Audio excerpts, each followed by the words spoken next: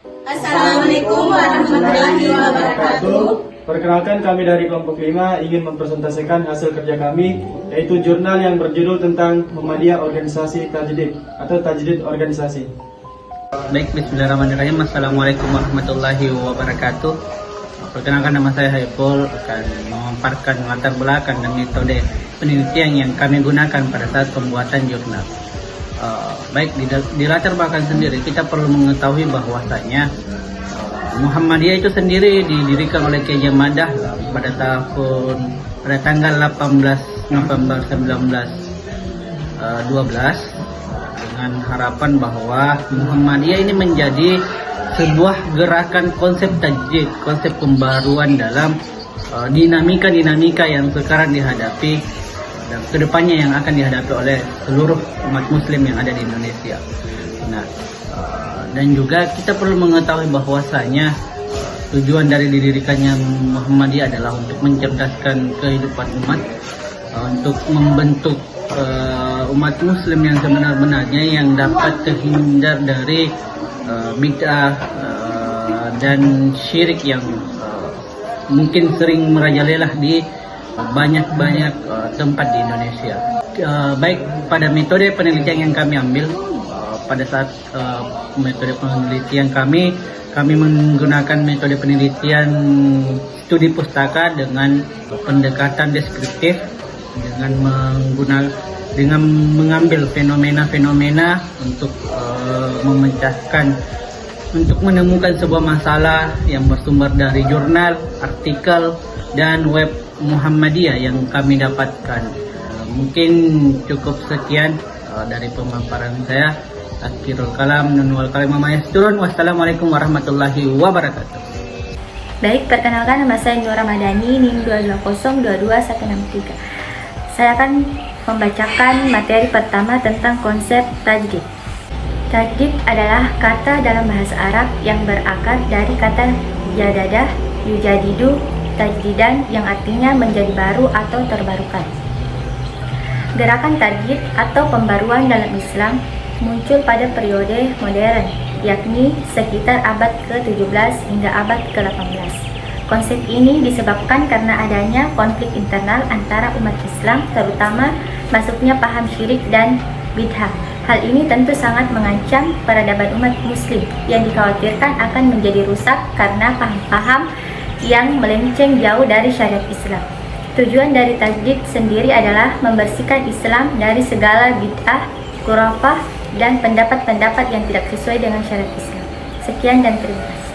Perkenalkan, nama saya Jusmiati, NIM 220222187. Saya akan memaparkan materi yang kedua, pengertian tajdid menurut putusan Tarjih Muhammadiyah.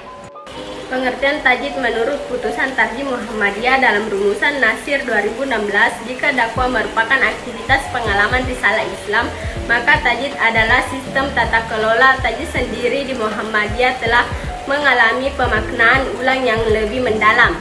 Tajdid diperluas maknanya dari yang awalnya pemulihan menjadi upaya melakukan pembaharuan dan paham dan praktik keagamaan sehingga terjadi titik berhenti atau puas sebagai partifikasi, tapi juga mencakup perkembangan aspek kehidupan manusia di berbagai sisi. Titik temu antara dakwah dan tajdid dengan demikian adalah jati diri, histori, dan aktual. Permusyawaratan yang dipegang dari setiap pengertian abdab. Konsep gerakan dakwah dan tajdid menurut Muhammadiyah.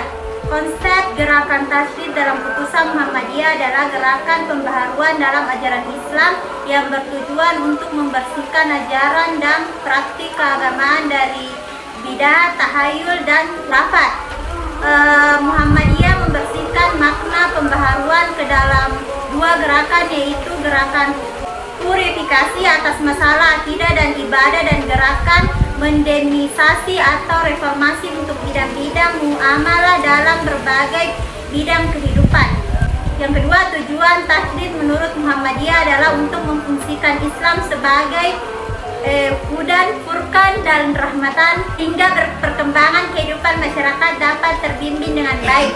Yang ketiga, Muhammadiyah sebagai gerakan pembaharuan oleh Kiai Haji Ahmad Dahlan, pendiri Muhammadiyah, dijadikan sebagai alat untuk memajukan umat dan bangsa. Yang keempat, gerakan tajdid dalam Muhammadiyah dapat dibedakan menjadi 3 fase.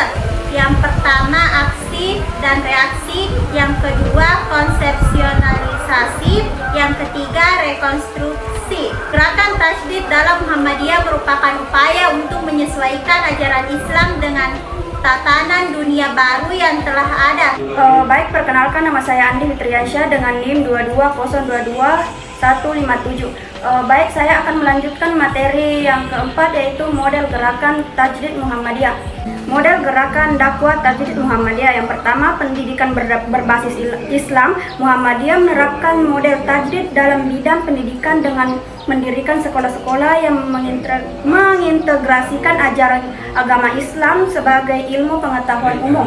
Yang kedua, kesehatan yang terjangkau. Dalam bidang kesehatan, Muhammadiyah mengembangkan model pelayanan kesehatan yang terjangkau bagi masyarakat luas. Yang ketiga, ada pemberdayaan ekonomi. Umat Muhammadiyah juga menerapkan model tajdid dalam bidang ekonomi dengan mengembangkan koperasi usaha mikro, kecil dan menengah, serta program-program pengentasan kemiskinan.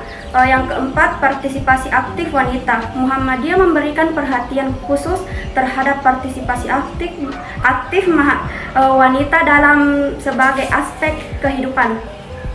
Baik, bismillahirrahmanirrahim. Assalamualaikum warahmatullahi wabarakatuh. Perkenalkan, saya Surahman dengan NIM 220222175. Dan yang terakhir adalah kesimpulan. Muhammadiyah sebagai gerakan tajdid telah memainkan peran penting dalam memperbarui pemikiran dan praktik Islam di Indonesia. Dalam jurnal ini ditemukan bahwa Muhammadiyah tidak hanya terlibat dalam upaya pembaruan keagamaan, tetapi juga memperluas cakupannya ke bidang-bidang lain seperti pendidikan, sosial, dan ekonomi. Melalui pendiriannya sekolah-sekolah modern, Muhammadiyah telah menyebarkan pemahaman agama yang inklusif, stabil, dan mempromosikan pengetahuan umum di kalangan masyarakat. Selain itu, Muhammadiyah juga aktif dalam meningkatkan kesejahteraan sosial melalui berbagai program seperti rumah sakit, panti asuhan, dan bantuan sosial, mencerminkan nilai-nilai Islam tentang keadilan dan empati. Baik, terima kasih. Sekian dari saya. Sekian presentasi dari kelompok kami. Kami tutup dengan kata billahi fisabilil haq, wassalamualaikum warahmatullahi wabarakatuh.